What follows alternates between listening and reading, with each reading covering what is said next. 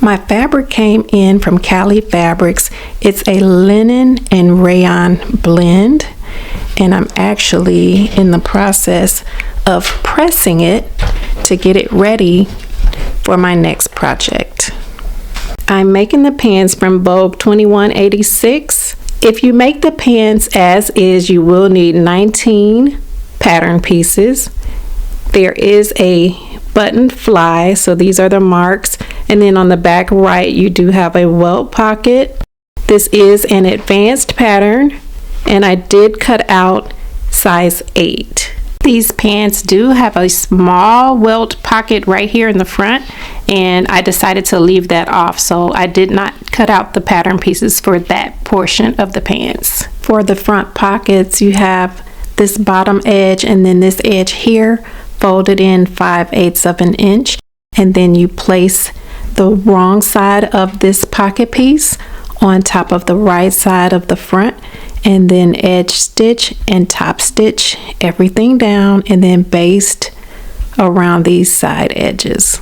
Several of the pieces for pants B call for contrast fabric. I decided to just use the same fabric for all of the pieces. Now this piece number 12 is the same piece that is right here that is top stitched down. The next step is to take this piece and place it on top, and this pocket piece here was supposed to be cut out in contrast fabric. You would place it on top of what you already have stitched, and then you will stitch around this section here and then fold it to the inside. Now I'm working on the side front, and it says to fold in 1/4 inch on this curved side. So here's the other side front, and this is the curved side right here. And what I like to do, if I have to fold in something small like this, I use wash away tape. So I placed it along this edge. I already peeled the backing off, and then I'm just folding this edge in so that it will be 1/4 inch turned in.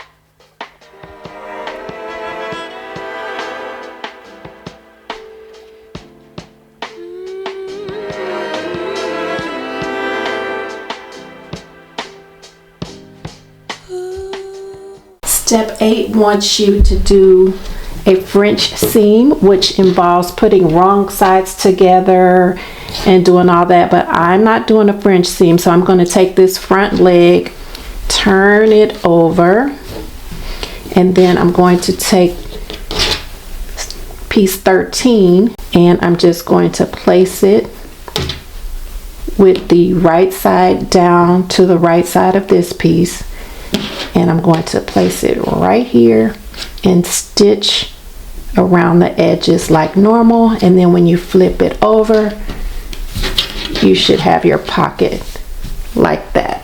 I purchased these buckles from Amazon. They did come in different colors. They are used for the tie that goes in the back of the pants, so I just pulled the tie under and pulled it through one of the loops, and then I'm going to fold it back. There's a line here, that's your fold line, so I'm going to fold it on that line,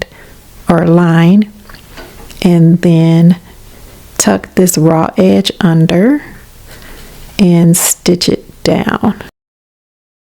These pants really came out big on me. I keep pulling them up. You have your 5 buttons in the front. I have it paired with a know-me jacket.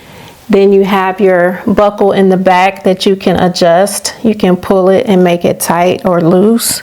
And then you have your pockets on the side. I'm thinking about making the pants again. And if I do, I would like to make them in a lightweight denim fabric.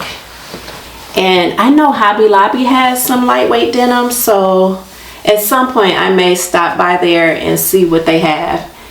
And then the next time around I will definitely make the pants fit better, maybe take them in on the sides so that they can fit a little better. And I initially was going to make the top that's in the pattern, but after I made the pants, I went in my closet and I was like matching the pants up with different blazers and different tops, and I liked the way it looked. So I was like, okay, I'm good. I don't have to make the top that's in the pattern now, even though I think it's cute, but I was only going to make it because I wanted it to match with the pants, but I have other things that match with the pants, so I'm okay. I just came back from the grocery store. I had been wanting some salsa, and I went to this restaurant yesterday to get some salsa, and the guy at the front counter, he was trying to explain to me why they didn't have any salsa, and he said something about someone tried to use their recipe, and he asked me to come back the next day, which would be today. So he was like, can you come back tomorrow? And I ended up not getting any salsa because I was like, well, I could just go somewhere else. But I ended up not getting any salsa at all. And then when I woke up this morning, I still wanted some. So rather than going back to that restaurant, I was like, I could just make some because it's not that hard to do. I just bought all the ingredients, and I like to use canned fire roasted tomatoes and also a can of chipotles. So I'm gonna go ahead and just make my own salsa. And one thing that's cool about that is you can make it as spicy as you want. So I have a habanero, and then I also bought a couple of serrano peppers. I'm gonna put all these in my colander so I can rinse them off. Cut the stems off, and then mix everything together. Once I put it in the food processor, it really goes pretty fast, so it'll be done like in no time. I saw this garlic. It is already diced, so I was like, oh, that's convenient, so I'm gonna use this. And I like a lot of garlic. Oh, this doesn't want to come off. Here, I'll use my scissors. Okay, so I'll put some garlic. That's a lot. And then my canned tomatoes.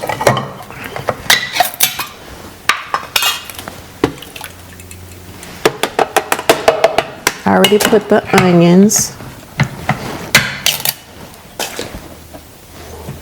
Here are the chipotle peppers. I usually do half. I don't know if I'm gonna do half or less than half or about half. I guess that's about half. All right.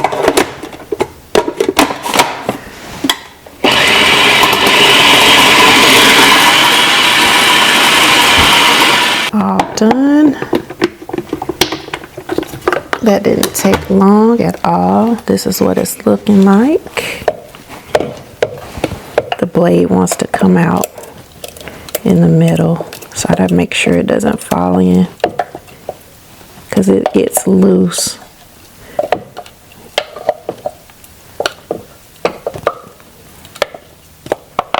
Now I also bought, let me just take it out, an avocado.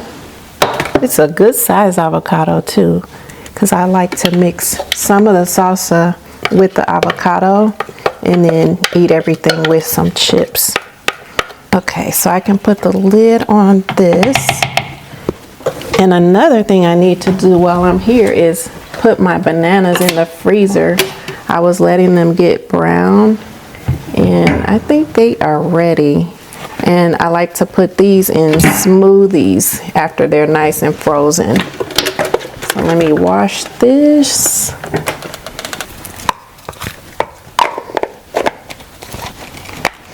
Save my onion.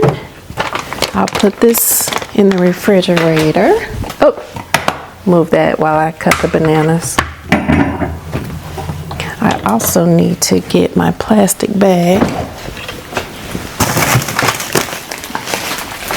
Only have a couple of bananas in here, so I definitely needed some more.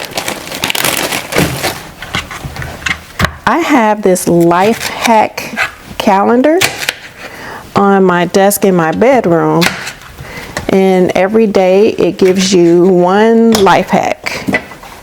Today's life hack is about how to stop tearing up when you're chopping onions. And it says to wet your knife first, and if you're chopping several onions at once, keep your tap running and then run your knife under it periodically. So that's pretty cool. This is the life hack. So, okay. Now I did cut up some onions today, but I didn't try the life hack. I was like, I'm okay. It's just one little slice here or there. I only cut like 3 quick little slices, and then I put the rest in the food processor. But I think if I was cutting like slice after slice and dicing, then I could definitely see trying to use that life hack and seeing if it works.